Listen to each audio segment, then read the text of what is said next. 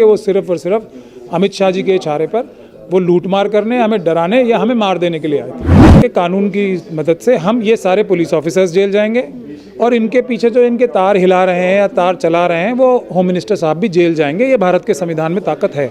RSS के 2 दर्जन से ज़्यादा लोग अरेस्ट हो चुके हैं और अभी सैकड़ों लोग अरेस्ट होंगे। बड़े बड़े जो ऑफिस बेयरर्स हैं आरएसएस के और भारतीय जनता पार्टी के, उनके सबके सबूत हमारे पास हैं, वो सब बंद होंगे। इसीलिए तो हम पे हमला हुआ था। उन्होंने खुद लिख के भी दिया है कि हाँ हम जो लेने आए थे वो ले लिया।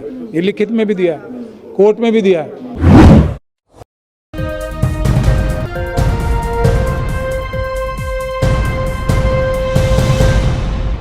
आपने अक्सर सुना होगा लोकतंत्र खतरे में है, लोकतंत्र खतरे में है, लेकिन अब लोकतंत्र खतरे में नहीं, लोकतंत्र बिल्कुल तबाह हो गया है। महमूद पराचा जी इस वक्त मेरे साथ मौजूद हैं और कुछ दिन पहले आपको याद होगा इनके दफ्तर पर एक रेड पड़ी थी। उस रेड के बारे में इनसे बात करेंगे। सर, जो आपके दफ्तर पर रेड मारी गई थी उसके बारे में आपसे सुनना चाहते हैं, क्या मसला पूरा था? पहले तो मैं आपकी तो बात से थोड़ा सा डिफ़र करना चाहता हूँ, उससे इत्तेफाक थोड़ा सा कम रखता हूँ।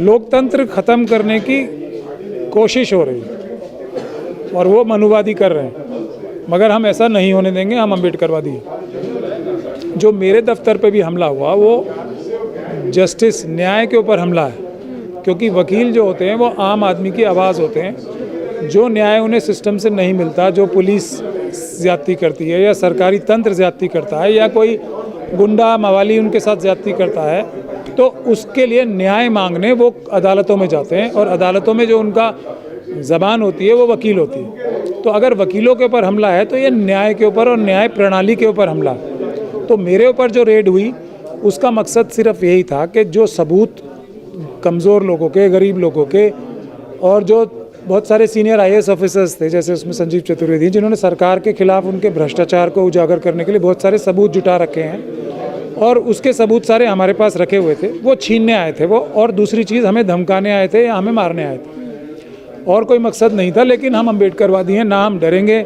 ना हमने वो सबूत जाने दिए। हालांकि वो हैक करके बहुत सारी चीज़ें हमारे कंप्यूटर से ले गए, लेकिन फिज़िकली हम, उनका एक मकसद ये भी था कि वो सबूत तबाही कर दें। तो वो सबूत हमने तबाह नहीं होने दिए, हमारे पास अभी भी मौजूद हैं। और उससे जिसका वो नाम लेके हमें धमकी दे रहे थे, अमित शाह साहब का, होम मिनिस्टर साहब का, उनको भी अदालत का सामना करना पड़ेगा और अगर न्यायालय उचित मानेंगे तो उनको भी जेल जाना पड़ेगा। एक बात आपके सामने से निकल कर आ रही थी कि आपको गोली मारने की भी धमकी दी गई। जो ये 17-18 घंटे की पूछताछ हुई आपके साथ, जो रेड मारी गई, क्या कितनी सच्चाई है इस बात? देखिए, मैं कह रहा हूँ कि मैं झूठ बोल सकता हूँ, अमित शाह साहब और उनके जो भ्रष्ट ऑफिसर भेजे गए थे वो सच बोल सकते हैं, लेकिन जो वीडियोग्राफी कोर्ट ने कराई है वो तो झूठ नहीं बोलेगी ना। तो इसी बात से ये साफ बात हो जाती है कि किस प्रकार की धमकियां दी गई थी, हमें किस किस का नाम लेके दी गई थी, जज लोया का नाम लेके दी गई थी, और जो भी कहा गया था वो सब वीडियोग्राफी में है। अब वीडियोग्राफी कौन छुपाना चाह रहा है? हम तो पूरी ताकत लगा रहे हैं कि वो वीडियोग्राफी दुनिया के सामने आए, और वो पूरी ताकत ये लगा रहे हैं दिल्ली पुलिस के भ्रष्ट अधिकारी भी और दूसरे लोग भी, कि ये किसी प्रकार से सामने ना आए। तो इसी से जनता अंदाज़ा लगा सकती है कि जो भी मैं बोल रहा हूँ एकदम सच बोल रहा हूँ। लेकिन सर, जिस तरीके से आप सुप्रीम कोर्ट के वकील हैं, वरिष्ठ वकील हैं और काफ़ी लोगों की आवाज़ उठा रहे हैं, दिल्ली दंगों में भी आपने काफ़ी सकारात्मक काम किया, उस तरीके से आपके दफ्तर पर रेड, ये सर एक कोर्ट के ऊपर भी बात खड़ी होती है, कोर्ट के ऊपर भी सवाल खड़ा होता है और जो हमारा प्रशासन है, सरकार है, उस पर तो खड़ा ही होता है कि आपके पास भी अब स्वतंत्रता की आज़ादी नहीं है, निजी आज़ादी नहीं है आपके पास। यही तो वो मैसेज देना चाहते हैं कि हम संविधान की धज्जियां उड़ा सकते हैं, यही मैसेज ये मनुवादी देना चाहते हैं। लेकिन हमने वो पूरी दुनिया को दिखा दिया कि अम्बेडकरवाद 200 बंदूकों के साए में भी जीता, और हमने न्याय के और संविधान के माध्यम से उन्हें रोका और बल्कि उनको वापस जाना पड़ा और वो हमारा कंप्यूटर छीन के नहीं ले जा पाए, यानी कि लूट के नहीं ले जा पाए। तो ये अम्बेडकरवाद की विजय की एक और एग्जाम्पल है। लोगों को संविधान के ऊपर से विश्वास अपना कम नहीं करना चाहिए। संविधान, ये सारी इंस्टीट्यूशंस जो मनुवादियों ने कमज़ोर कर दी हैं वो कमज़ोर तो हो गई, मगर संविधान में बाबा साहब के अब भी इतनी ताकत है कि सबको न्याय आज भी दिला सकता है, लेकिन उसके लिए हमें थोड़ी संघर्ष ज़्यादा करना पड़ता है। लेकिन एक ईमेल का जो पार्ट है इसमें वो सामने आ रहा है कि ईमेल चेक करने के लिए आए थे, लेकिन अगर सिर्फ यही चेक करना था तो आपसे डायरेक्ट बात की जा सकती थी, कोर्ट आपको आदेश दे सकता था, नोटिस दे सकता था, दफ्तर पर रेड मारने की क्या ज़रूरत थी? देखिए, वो ईमेल तो पहले जब हुई तो 10 10 से 15 मिनट में, क्योंकि हम मान गए थे, क्योंकि कोर्ट का ऑर्डर था, वो तो 10 से 15 मिनट में ले ही ली थी उन्होंने। उसके बाद क्या कर रहे थे, ये महत्वपूर्ण विषय है। उसके बाद तो वो लूट ही रहे थे ना माल, जो सामान लूटना चाहते थे, जो हमने लूटने नहीं दिया। तो उसका तो कोई, इसलिए मैं ज़्यादा लंबी बहस में इसमें जाना ही नहीं चाहता। उन्होंने खुद लिख के भी दिया है कि हाँ हम जो लेने आए थे वो ले लिया, ये लिखित में भी दिया है, कोर्ट में भी दिया है।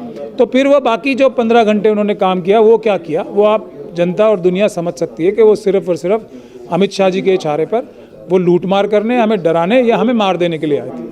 सर, डराने का जो माहौल है वो तो तैयारी किया जा रहा है, क्योंकि लगातार हम देख रहे हैं दिल्ली दंगों में मुसलमान ही सबसे ज़्यादा जो है आहत हुआ और उन्हीं की गिरफ्तारी हो रही है झूठे मामलों को लेकर।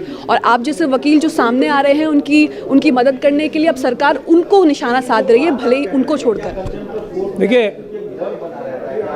2 दर्जन से ज़्यादा आरएसएस के लोगों को हम अरेस्ट करा चुके हैं, हमारी ही क्लाइंट्स ने और हम ही ने वकालत करके, और अभी सैकड़ों बंद होने हैं। ये है भारत के संविधान की ताकत कि जब पुलिस भी बेईमानी कर रही है, न्यायालयों पे भी दबाव है, उसके बावजूद भी आरएसएस के 2 दर्जन से ज़्यादा लोग अरेस्ट हो चुके हैं और अभी सैकड़ों लोग अरेस्ट होंगे। बड़े बड़े जो ऑफिस बेयरर्स हैं आरएसएस के और भारतीय जनता पार्टी के, उनके सबके सबूत हमारे पास हैं, वो सब बंद होंगे। इसीलिए तो हम पे हमला हुआ था और इसी के लिए हम ये कहते हैं कि भारत के संविधान पे आपको विश्वास रखना चाहिए। देश की जनता को थोड़ी मेहनत लगती है और हमने ये साबित भी कर दिया कि ये संविधान को ख़त्म नहीं कर पाएंगे मनुवादी, किसी हालत में हम लोग नहीं होने देंगे।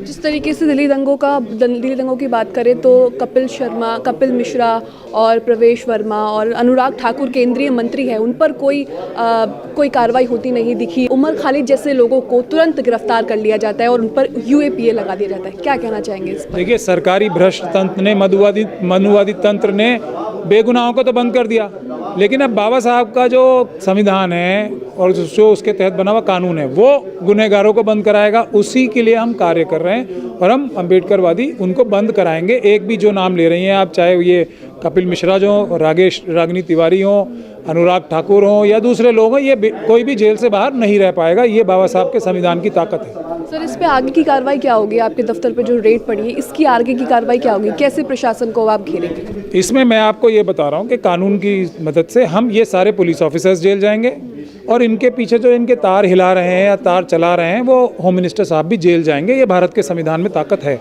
इसका आप लोग विश्वास रखें। बहुत बहुत शुक्रिया। ये महमूद पराचा जी इस वक्त मेरे साथ जुड़े हुए थे। कुछ दिन पहले जिस तरीके से इनके दफ्तर पर रेड मारी गई, एक बहुत बड़ा सवाल कोर्ट पर और प्रशासन पर खड़ा होता है।